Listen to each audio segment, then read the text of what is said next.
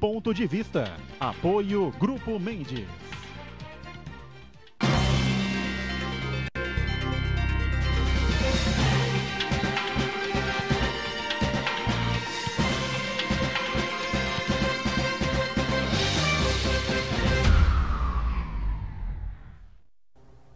Olá, está começando aqui mais um Ponto de Vista, você sempre acompanhando a gente neste horário da 1h30 da tarde, programa normalmente ao vivo, não é o caso, né, de hoje, o programa está gravado, o feriadão do Carnaval acontecendo, né, e a gente trazendo sempre convidados importantes, gente que tem algo de diferente, de interessante para passar para você que está aí curtindo o Carnaval de 2018 aqui pelas nossas cidades aqui da região metropolitana da Baixada Santista. A nossa reprise, normalmente, claro, a partir das 20 horas, 8 da noite, sempre aqui na Santa Cecília TV.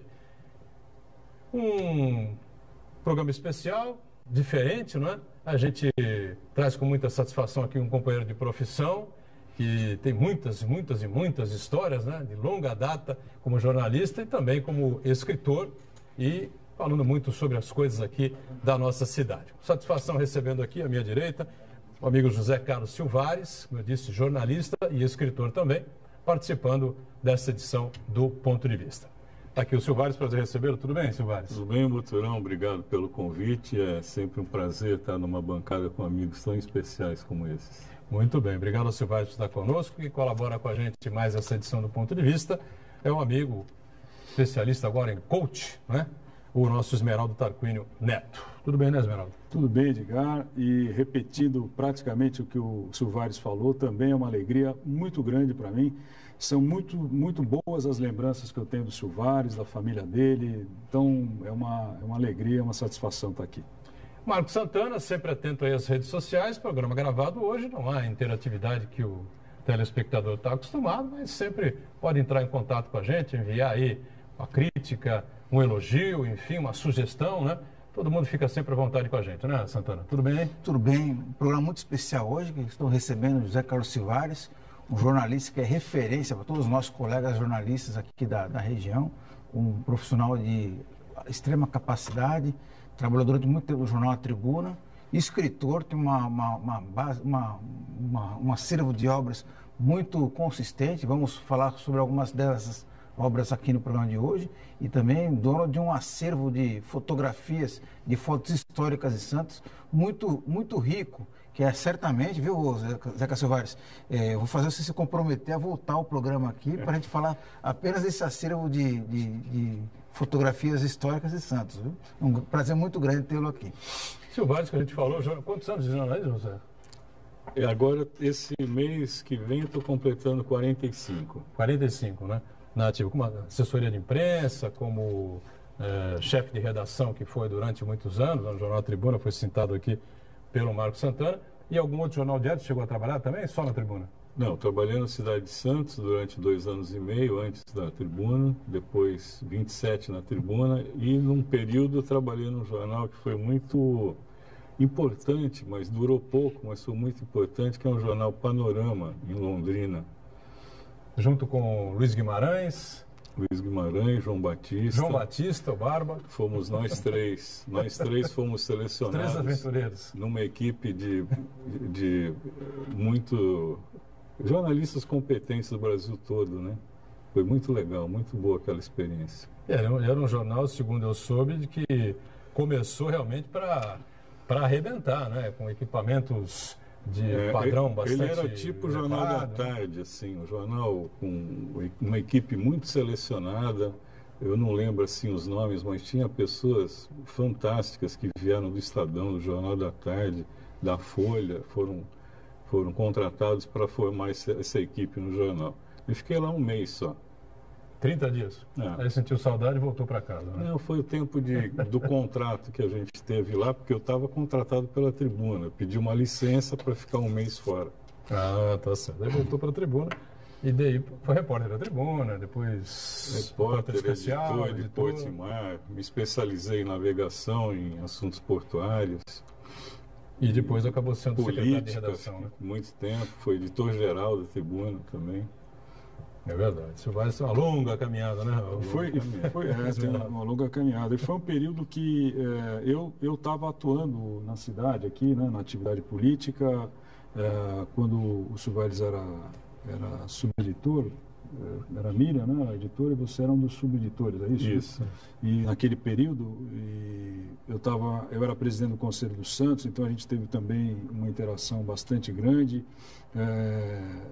Andávamos às vezes na praia, era um andar da bissexta, né, Soares, mas andávamos na praia. Então, e fora isso, o fato de acompanhar mesmo a atividade dele como jornalista, como profissional.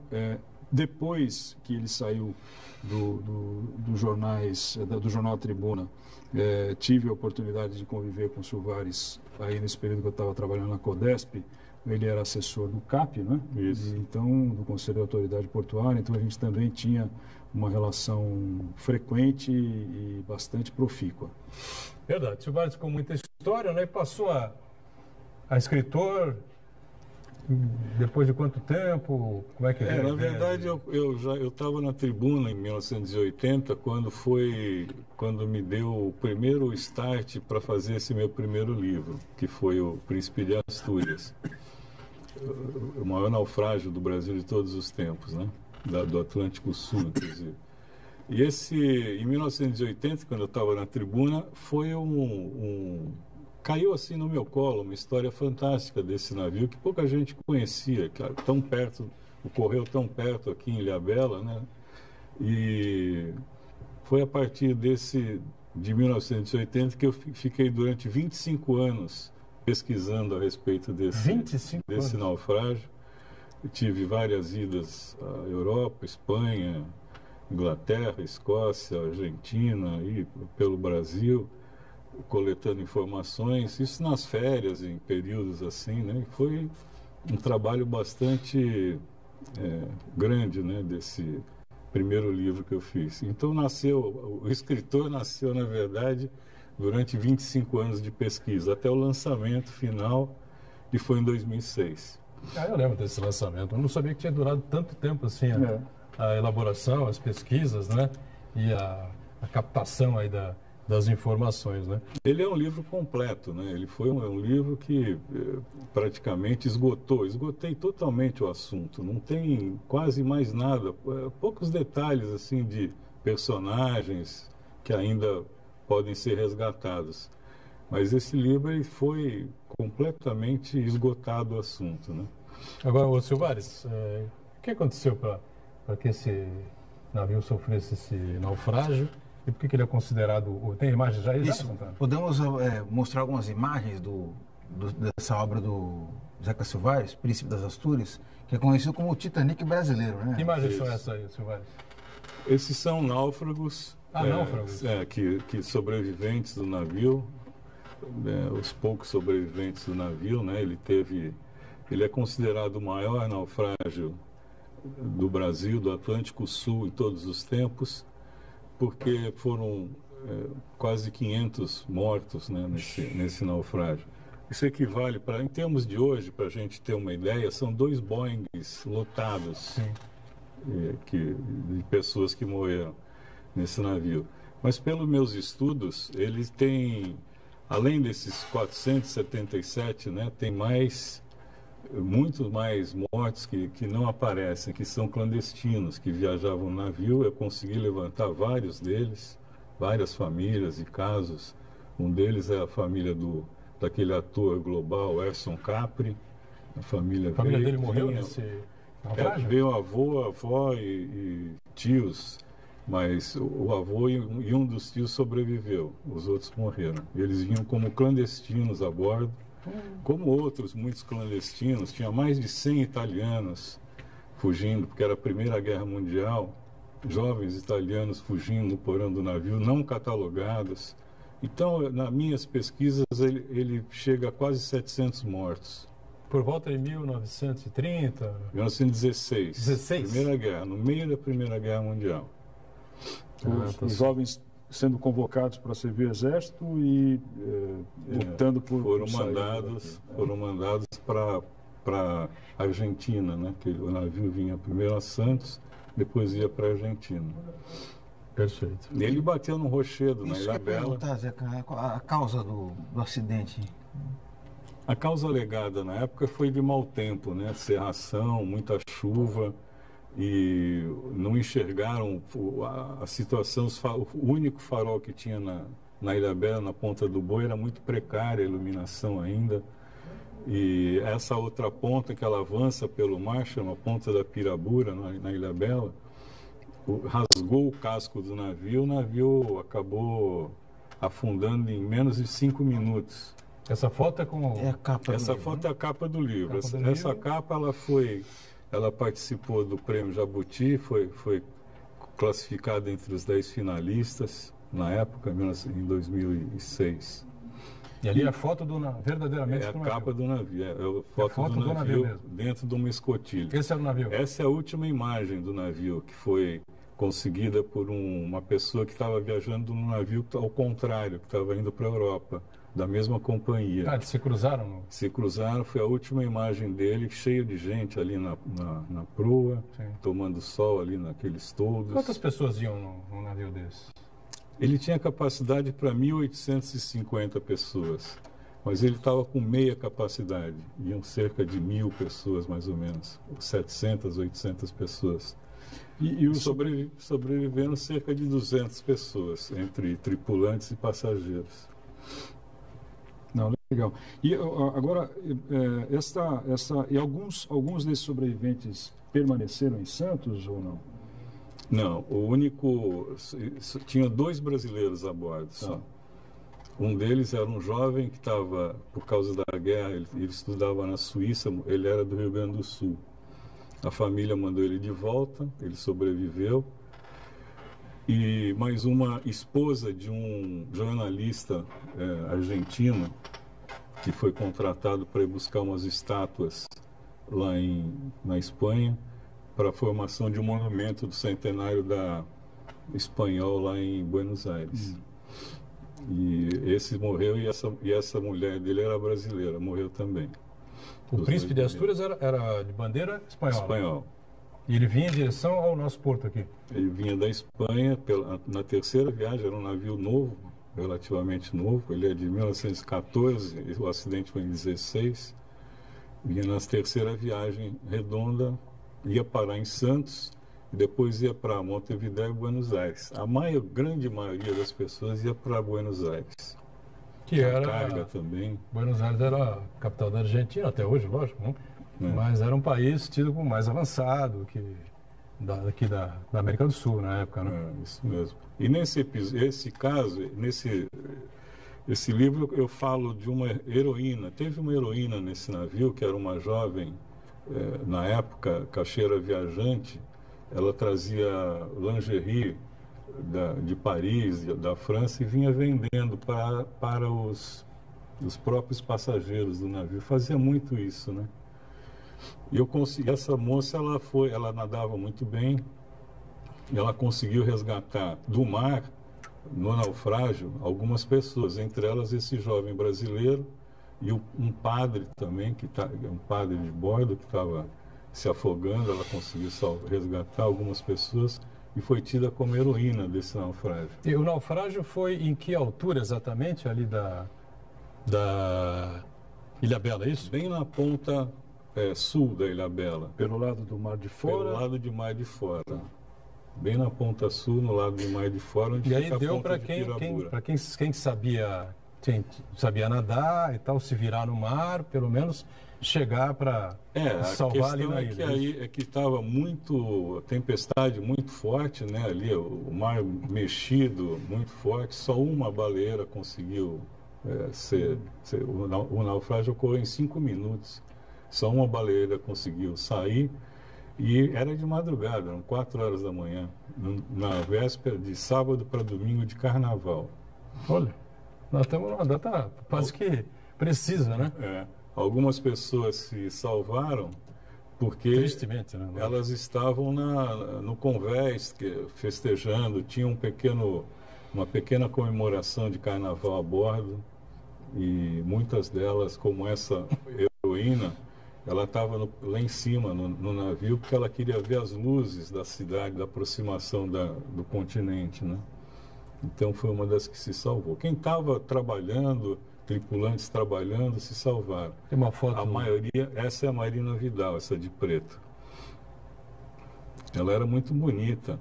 Isso foi interessante, essa história dela, porque eu fiquei mais de 20 anos pesquisando quem era essa mulher, porque eu queria conhecer mais dessa mulher e não conseguia na Espanha, não conseguia contato com ninguém lá da cidade dela, nada. De onde ela era?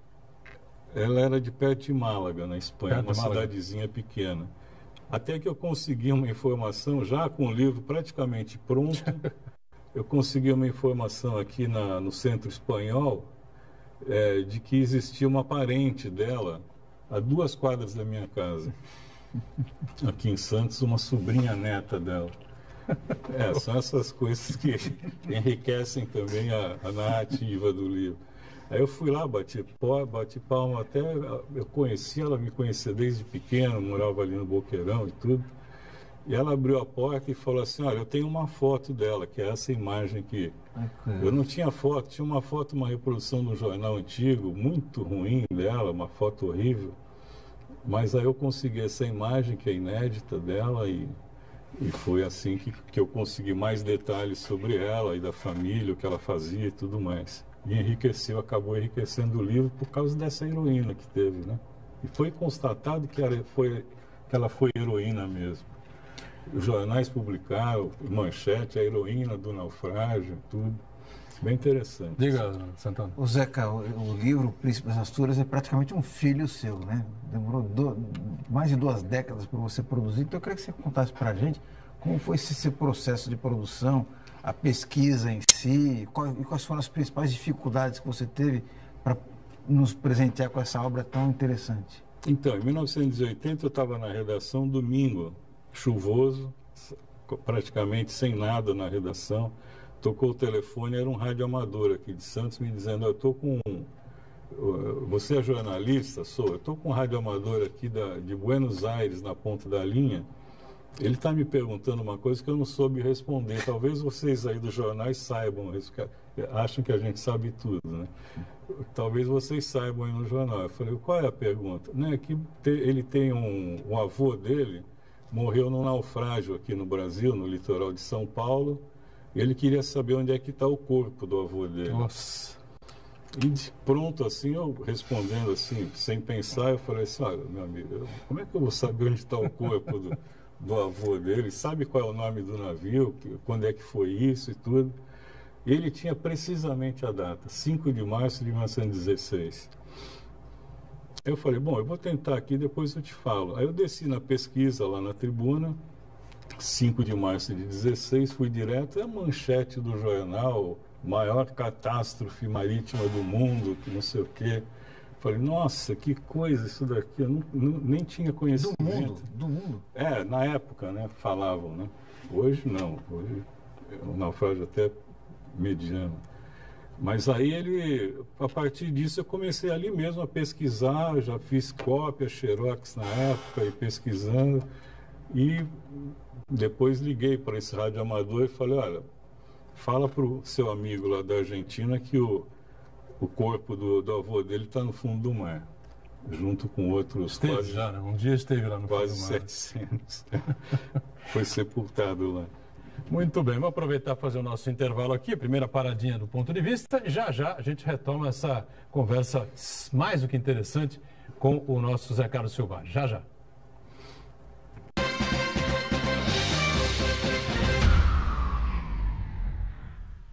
Existe um lugar em Santos onde você encontra os empreendimentos mais fascinantes da região. Um lugar amplo, aconchegante, feito para oferecer o melhor atendimento para você. Um lugar que reúne as melhores opções residenciais e comerciais nos bairros mais nobres de Santos. Um lugar que a gente nem precisava dizer, porque você já sabe. Central de Vendas Grupo Mendes, Rua Guaiaó 55, Aparecida. Venha fechar um bom negócio para abrir as portas do seu novo lugar.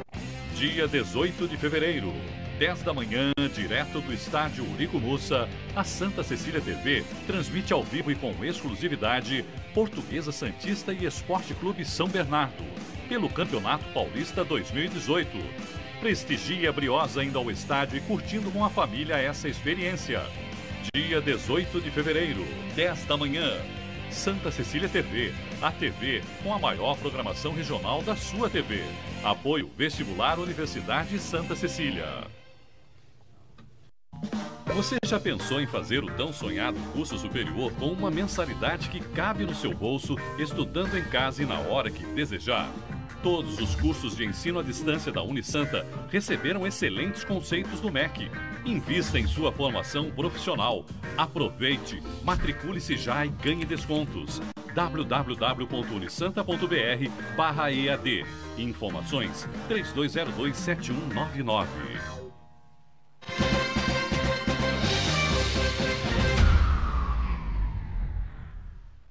Muito bem, de volta aqui ao nosso ponto de vista, com prazer recebendo o José Carlos Silvares, jornalista, escritor, Esmeraldo com a gente também, o Marcos Santana lá na ponta, programa gravado, como você já está sabendo, já está acompanhando, né? E com histórias interessantes, especialmente sobre o livro escrito pelo Silvares, como ele disse no primeiro bloco, levou 25 anos, né? De pesquisas, levantamentos, estudos, enfim, para fechar O Príncipe de Astúrias.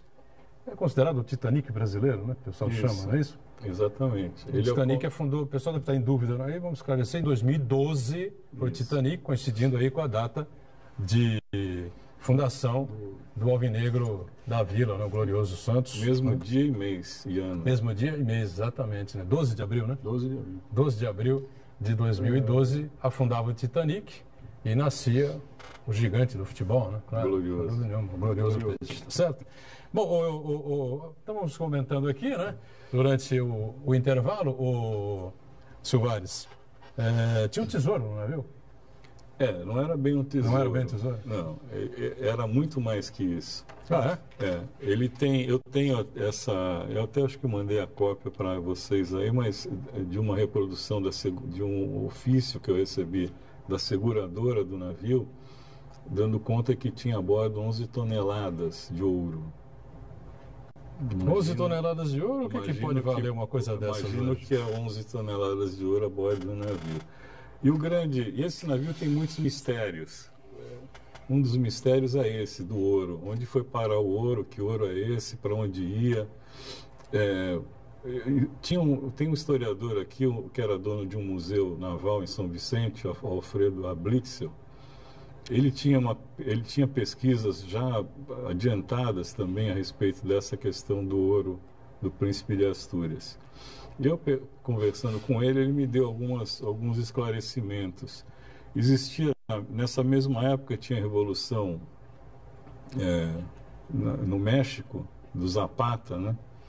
E a Espanha, ela tinha contatos extraoficiais com o Zapata, então ela, segundo esse historiador, não fui eu que levantei isso, foi ele tinha, a Espanha tinha muito interesse em que o Zapata vencesse a Revolução lá.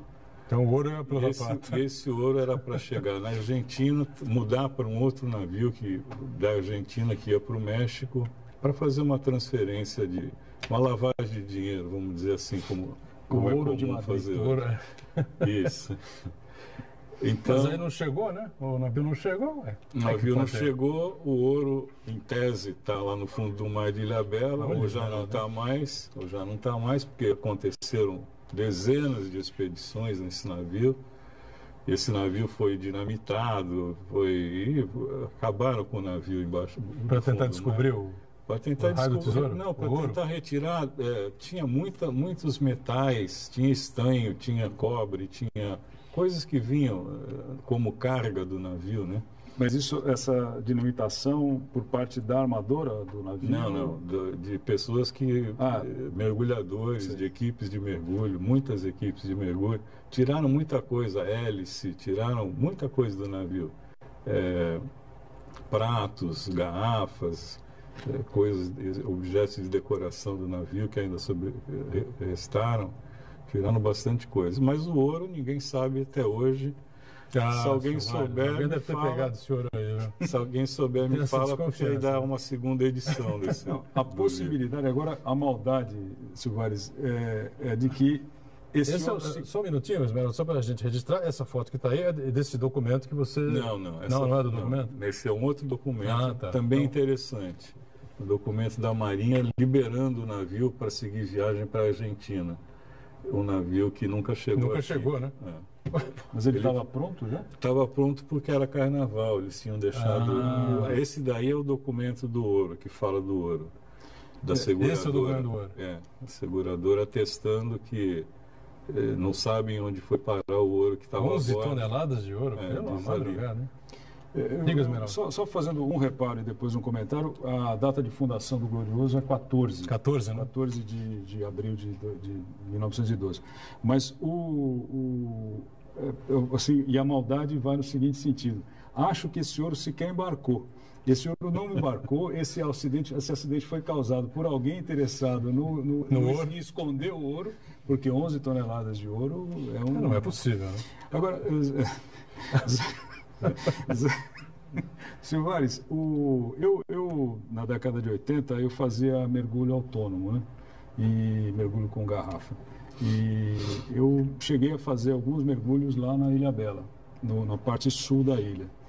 E até no mar de dentro, porque é um pouco mais protegido, tem corrente e tal, mas é um pouco mais protegido. E cheguei a entrar em alguns navios, na realidade em 2 navios. Aquela é uma região propensa foi uma região propensa a naufrágios? Foi. Na época, século passado, ela era bastante propensa, porque ela era uma rota natural dos navios que vinham da Europa para cá, ou tanto para ir para o Rio de Janeiro como que ir para Santos. Como a Ilhabela está exatamente no meio, entre Rio de Janeiro e Santos, eles usavam o farol da Ponta do Boi como rota para atingir o continente ali, né? Então, muitos desses navios pegaram tempestades. Mesmo entre o canal de São Sebastião, tem alguns navios também. Ali tem um total de 19 navios naufragados. Alguns deles eu relato no meu segundo livro, que foi o Naufrágios do Brasil. E também eu falo de alguns desses navios da Ilhabela, alguns outros. Mas no livro do Príncipe de Astúrias tem a relação de todos esses 19.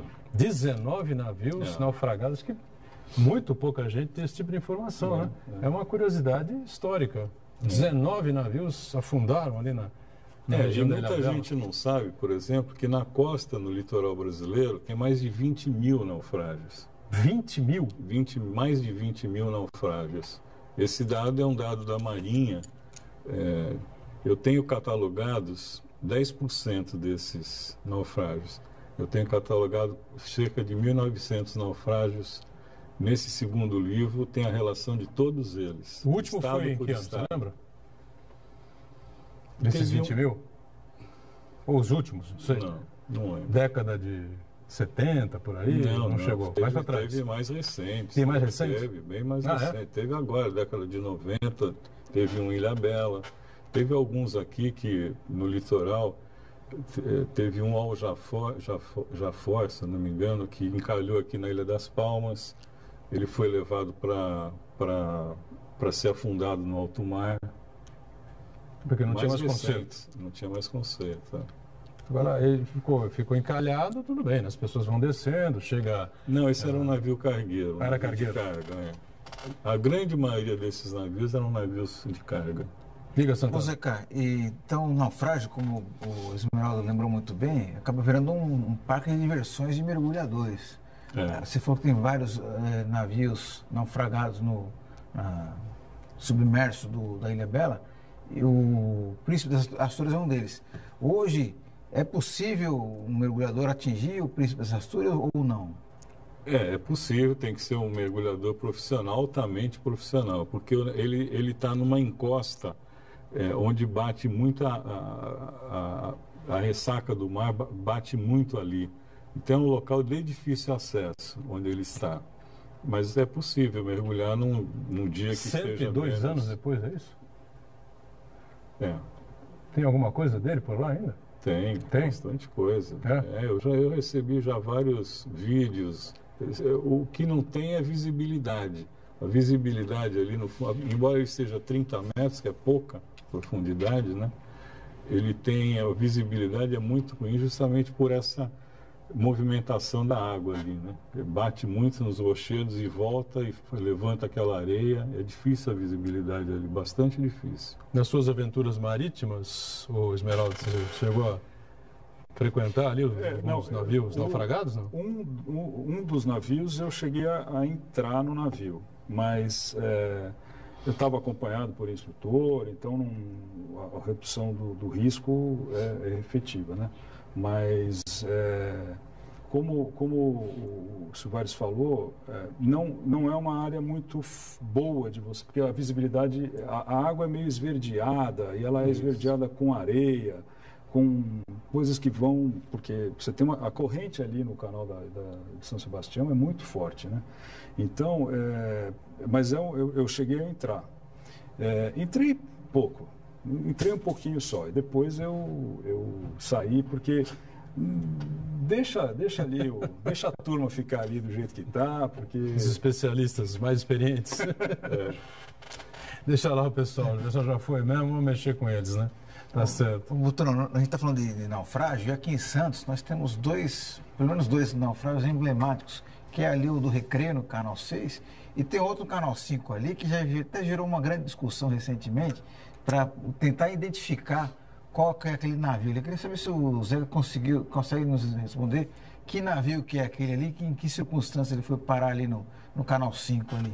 Eu tentei no primeiro momento, assim, nas primeiras horas daquela descoberta, entre aspas, porque o navio já está ali há muito tempo, e outras pessoas já tinham visto aqueles restos muitas vezes, há muito tempo atrás.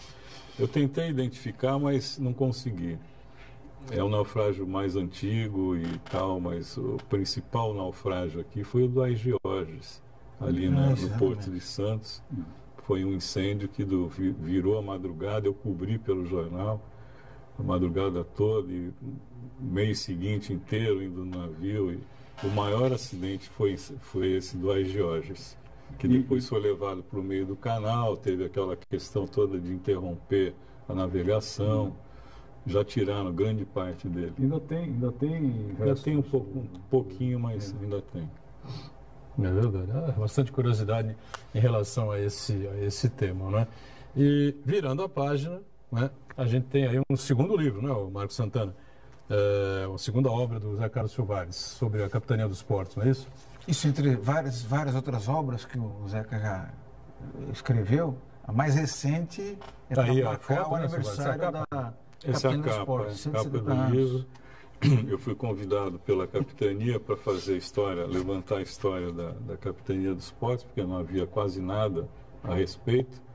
E 170 anos foi uma data que eles acharam que era importante, uma data mais redonda assim. E foi um trabalho bastante exaustivo também, porque foi pouco tempo que eu tive para fazer esse levantamento, essa pesquisa. Praticamente 6, 7 meses de pesquisa, mas foi uma pesquisa intensa. Eu consegui levantar, por exemplo, que a Capitania ela já ocupou 7 sedes aqui em Santos. A gente conhecia 2 ou 3 no máximo. Conselheiro Neves, né? Conselheiro Neves, aí onde está hoje, no Cais da Marinha. Mas antes teve mais 5. Então eu consegui levantar uma por uma, consegui levantar documentalmente, consegui levantar com imagens. Então tem assim no livro a primeira sede, aí tem a foto, tem a imagem, que é uma tela do Benedito Calixto mostrando lá o arsenal de marinha no Valongo, onde era a sede da Capitania. Depois a segunda sede, a terceira, e por aí vai. Foi um trabalho bastante assim criterioso e também exaustivo para fazer o levantamento dessas 7 sedes, né? E entre outras coisas que tem no livro, outros detalhes interessantes. Deixa eu perguntar para você, porque muita gente faz uma confusão danada da Capitania com a CODESP, enfim, né? A gente não entende bem qual é a função de uma, qual é a função da outra, enfim. O que faz a Capitania? A Capitania dos Portos ela é a principal unidade militar da Marinha, né, do Brasil. É a principal capitania do Brasil, apesar de ter no Rio de Janeiro e tudo, mas em função da importância do Porto de Santos, por ser o maior porto da América Latina, a capitania tem uma função muito grande aqui. Então ela faz inspeção naval, ela faz entrada e saída dos navios, ela atende todos os processos até queda de estivador, até colisão e tudo isso.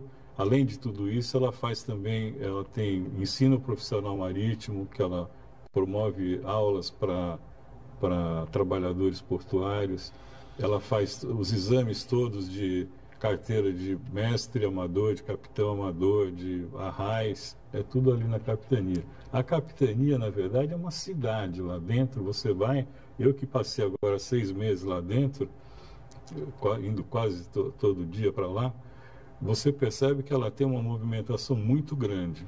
Eu relato no livro, nas páginas mais para o final, cada um dos setores que a capitania, a estrutura da capitania toda, ela atua como polícia naval, ela tem muitas atuações. Polícia naval também? Ela tem muitos atendimentos e ela recebe muita gente também lá, interessada nos cursos, interessada em fazer muitos contatos lá, né? Agências de navegação vão lá, muita gente. Eles lá. Abriram tudo para você, portas abertas, para você pesquisar, portas abertas. Se informar. Graças a Deus foi muito fácil, bastante. Eles têm alguma coisa de histórico ainda lá, assim, que eu pude, que o capitão dos portos me permitiu que eu levantasse. Fotografei muita coisa, ia, voltava, bastante coisa que eu consegui lá dentro. E o capitão dos portos, ele é capitão da Marinha mesmo ou ele tem outra nomenclatura? Não, ele é comandante de uma unidade militar. Todo comandante de uma unidade militar, desde a Marinha, Aeronáutica, Exército, eles são chamados até a Guarda Portuária, a Guarda aqui Municipal, ela tem um comando. E esse comando é chamado de comandante, então ele é o comandante. Agora, a patente da Marinha, tem várias, difere também das outras armas, do Exército, da Aeronáutica. E o que fica aqui como comandante em Santos da Marinha, de capitão dos portos, ele tem a patente de capitão de mar e guerra, que é uma patente antes do almirantado. O almirantado é o topo da carreira? É o topo da carreira. Ah, tá certo. A gente tem mais intimidade com o Exército, né? Até porque nos anos de chumbo, os militares do Exército não é que governaram.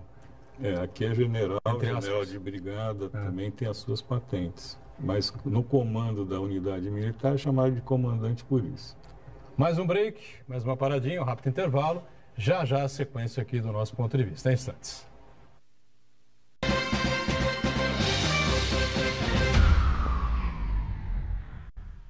Existe um lugar em Santos onde você encontra os empreendimentos mais fascinantes da região. Um lugar amplo, aconchegante, feito para oferecer o melhor atendimento para você. Um lugar que reúne as melhores opções residenciais e comerciais nos bairros mais nobres de Santos. Um lugar que a gente nem precisava dizer, porque você já sabe. Central de Vendas Grupo Mendes, Rua Guaiaó 55, Aparecida. Venha fechar um bom negócio para abrir as portas do seu novo lugar.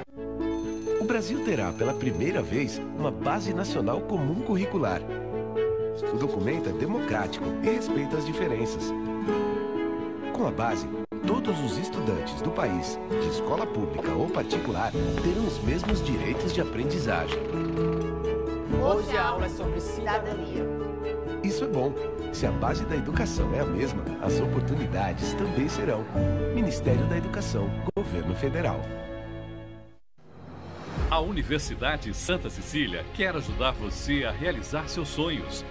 Faça sua inscrição para o vestibular 2018 da Unisanta e estude na maior universidade da região. Cursos presenciais e à distância com excelentes avaliações do MEC. Aproveite, matricule-se já e ganhe descontos. Vestibular Universidade Santa Cecília. Inscreva-se já. unisanta.br/vestibular.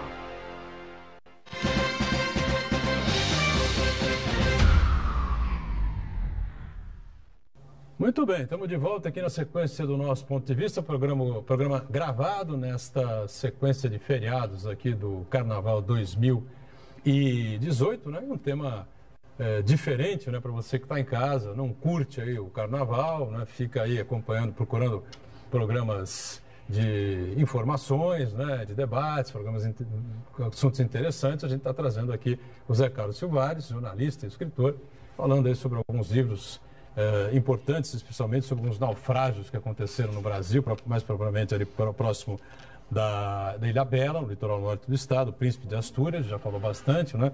Depois a gente abordou aí a Capitania dos Portos, que também fez o livro, e a gente acompanhado aqui do Esmeraldo Tarquínio Neto, na ponta Marco Santana, né? E acompanhando os relatos aí do nosso Zé Carlos Silvares. Tem mais um livro que é um naufrágio, ou naufrágios? Naufrágios do Brasil. Naufrágios do Brasil. Esse abre mais o leque, é isso? Abre mais. Ele tem um subtítulo que é Uma Cultura Submersa. Então, Naufrágios do Brasil, Uma Cultura Submersa. Esse é o título todo do livro, né? Esse livro eu abordo 35 naufrágios em 7 estados brasileiros. Ao final, eu tenho aquela relação que eu já disse de 1.900 naufrágios em cada um dos estados, com localização, bandeira, ano de naufrágio, que é do meu acervo, né? E esse livro daí, ele tem naufrágios interessantíssimos, muitos deles na Ilhabela. O mais antigo é um naufrágio de 1648, que é de um galeão. Esse é muito curioso, que eu consegui um galeão holandês. Ele estava aqui a serviço da Companhia das Índias Ocidentais, que a gente aprende na escola, né? Então ele vinha... os holandeses tinham tomado Pernambuco, o governador de Pernambuco era o Maurício de Nassau, também a gente aprende na escola. Sim. E os holandeses estavam querendo, então, já tinham tomado Pernambuco, estavam querendo descer para vir tomar a Bahia também. E mandaram para cá vários navios, galeões, né? Na época eram galeões de madeira. Um deles era um galeão muito equipado, última moda em 1648, chamado Utrecht. Esse Utrecht, ele era o nau capitânia desses navios holandeses e vinha para tomar também a Bahia, Salvador, né? Os portugueses que estavam ali em Salvador, na Bahia, que dominavam aquilo, também mandaram outros navios para cá para reforçar aquela região e acabou acontecendo um grande combate dos holandeses que desciam para tomar a Bahia e os portugueses que faziam um cerco ali para impedir isso, né? E o que aconteceu? Aconteceu que esse navio, ele foi... Esses navios começaram a entrar em combate naval ali, de canhões e tudo, e os portugueses viram que estavam perdendo a batalha. Então o que fez o capitão do principal navio, Nossa Senhora do Rosário, esse navio português? Ele entrou no meio do cerco holandês e simplesmente mandou dinamitar o próprio navio. Ele dinamitou o próprio navio, explodiu tudo que tinha de pólvora no navio e com isso ele conseguiu, morreram quase todos, tinha mais de 300 tripulantes ali nesses navios todos, e conseguiu barrar a invasão holandesa na Bahia em função dessa atitude dele, heróica, não sei, maluca. Mas ele explodiu o próprio navio também, né? E explodiu os outros também. E esse Utrecht, ele ficou afundado, ninguém sabia onde estava, durante 333 anos. Só em 1981, agora há pouco, 30 anos atrás, é que alguns mergulhadores descobriram esse Utrecht ali. E escavando, eles acabaram encontrando objetos de estanho pertencente ao capitão, pertencente ao médico de bordo, aos tripulantes, objetos raríssimos no mundo, de estanho, muito preservados. E esse estanho, ele foi comprado por um engenheiro inglês chamado John Somers. E ele, a partir desses objetos de estanho, ele conseguiu fazer réplicas numa fábrica aqui em São João del Rei, em Minas Gerais. E essa fábrica de estanho, essas réplicas de estanho, elas estão na casa de muita gente aqui que estão nos assistindo. São réplicas, aquelas jarras, copos, taças de estanho, são réplicas que vieram justamente desse navio que acabei de citar aqui. Essa região de Ilhabela, que a gente comentou nos blocos anteriores, é uma da... Não sei se hoje em dia acho que não, né? Mas nesses eventos passados aí, talvez uma das mais perigosas aqui da costa brasileira. Exatamente. Talvez seja a mais perigosa, aqui da costa brasileira. Apesar de que há outros estados com maior número de navios naufragados, como, por exemplo, Pernambuco. Pernambuco é considerado hoje, Recife principalmente, a capital nacional dos naufrágios. É lá em Recife, por extensão, em Pernambuco inteira, né? Porque lá tem muitas escolas de mergulho e os naufrágios lá, porque o mar é muito claro, permite que os mergulhadores atinjam esses navios com muita facilidade, com visibilidade muito boa. Eu tive lá lançando esse segundo livro, dentro de um catamarã de mergulhadores. Recife? Recife. E fiz palestra para eles lá, tinha mais de 100 mergulhadores. E eu descobri, assim, coisa que pouca gente aqui sabe. Lá eles têm escolas de mergulho especializadas em mergulho e naufrágio. Então chegam lá em Recife aviões fretados do Japão, fretados só com mergulhadores, do Japão, da Inglaterra, da França, dos Estados Unidos. Chegam lá em Recife com mergulhadores, tomam aqueles hotéis todos só para fazer programas de naufrágios ali. Um comércio riquíssimo lá. Eu conheci também um fotógrafo subaquático. A editora desse livro contratou esse fotógrafo subaquático para pegar os meus 34 navios que eu descrevia nesse livro e mandou esse fotógrafo ir ver como está hoje no fundo do mar cada um desses navios. E aí, conseguiu? Consegui a grande parte deles. Então o livro mostra hoje, além da localização e do histórico do navio, né, o que aconteceu com cada um, ele mostra também as fotos subaquáticas, como é que esses navios estão hoje no fundo do mar. Esse livro foi. E dá para identificar o casco do navio, o desenho do navio? O desenho, mais ou menos. Tem muita craca, assim, muita peixe em volta. São fotos maravilhosas, né? Colorido, imenso. E esse livro foi muito vendido até hoje para mergulhadores, para escolas de mergulho, para mergulhadores. Eu fiz muitas palestras aqui no ABC, em São Paulo, para esses grupos de mergulhadores a respeito desse livro. Então é bastante interessante por isso. Outro livro que é bem interessante do Zeca Silvares conta a história do Estrela de Ouro, clube tradicional da Ponta da Praia, cuja história se confunde com a história da imigração japonesa, não só em Santos, mas no Brasil, né, Zeca? Estrela de Ouro Futebol Clube? Queria que você falasse um pouquinho ali dessa história, como é que você resgatou a história do Estrela de Ouro. Então, o Estrela de Ouro, em 2012, ele fez 60 anos. E os japoneses, eles não comemoram 50 nem 100, eles comemoram 60, que é a idade quando a pessoa chega na fase adulta, né? Assim, passa de uma fase para outra, nós chamamos de terceira idade. Então eles comemoram bastante essa questão dos 60 anos, da maturidade.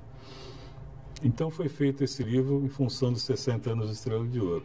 E os 60 anos coincidiu com a chegada com a fundação desse clube em 1952, e também por uma coisa bastante interessante. Os japoneses na Segunda Guerra, como os alemães e os italianos, eles eram expulsos daqui de todas as cidades do litoral para o interior. Havia até campo de concentração no interior, muitas pessoas perderam tudo aqui, como os japoneses daqui do litoral perderam tudo, os sítios, as casas, os animais, os barcos de pesca, as redes, tudo, perderam tudo para ir embora por causa da guerra. Depois da guerra, eles começaram a voltar aos poucos para cá, mas ainda existia muita resistência das pessoas, não só aqui em Santos, mas no litoral inteiro, tanto com os alemães como com os italianos também, dos japoneses se reintegrarem à sociedade. Eles foram para Mogi, Suzano? Não, eles voltaram para Santos. Grande parte que era daqui voltou para Santos. que eram descendentes, a maioria eram japoneses que tinham vindo no Kasatomaru, naquele primeiro navio, Sim. em 1906, ainda os chefes de família, essas pessoas, mas já os descendentes também. E eles tinham muita dificuldade de relacionamento com os brasileiros aqui, né? Por exemplo, jogava futebol, não se encaixavam em nenhum time, não pegavam japoneses, ficavam sempre à parte ou ficavam de stand-by, de reserva. Então, o que eles fizeram? Eles resolveram fazer um clube deles. Ah, tá. Eles viviam num gueto ali na ponta da praia, exatamente um gueto, como era, como eles próprios falam a respeito disso. Então, eram guetos japoneses ali na ponta da praia. Tinha plantação de chuchu, tinha onde eles faziam as redes, guardavam os barcos de pesca.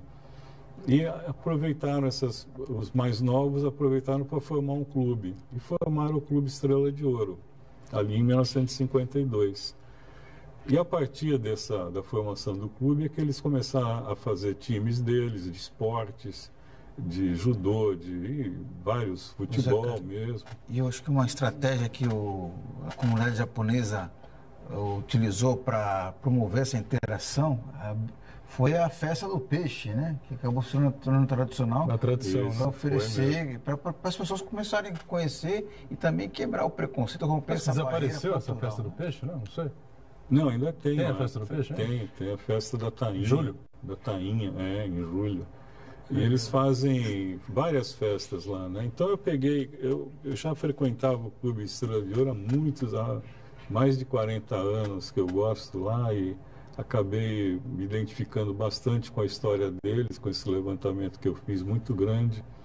E contei muitas histórias e relatos de pessoas, alguns sobreviventes dessa fundação, da época da fundação, eu entrevistei, já com 80, 90 anos. Mas é um livro bastante interessante também. Tem muitos relatos, eu falo das festas, falo das sedes que eles ocuparam. É um trabalho histórico interessante. Nem sempre foi ali na ponta da praia? Não, nem sempre foi ali. Essa foi a segunda. Teve sede? Uma sede anterior. Onde era essa outra, sabe? Não? Era ali perto também, perto daquela praça que tem eu não lembro agora o nome. Mas ali do Colégio do Carmo ali. Próximo do Colégio do Carmo. Mais para aquele lado. Não fica distante. Não é era bem perto. Né? Bem perto. Aí ali... E eles faziam carnaval, não tinha o japonês espaço. Tem carnaval também? Faziam carnaval naquele restaurante Jangadeiro. O Jangadeiro. O Jangadeiro era sempre, todo ano, o carnaval. O carnaval dos japoneses do Estrela de Ouro é lá no Jangadeiro. Tem muita foto disso, do carnaval. Restaurante famoso, Estrela de Ouro, né? Até hoje. Muito bom até hoje. Um risoto ali de frutos do mar, que é um espetáculo, né?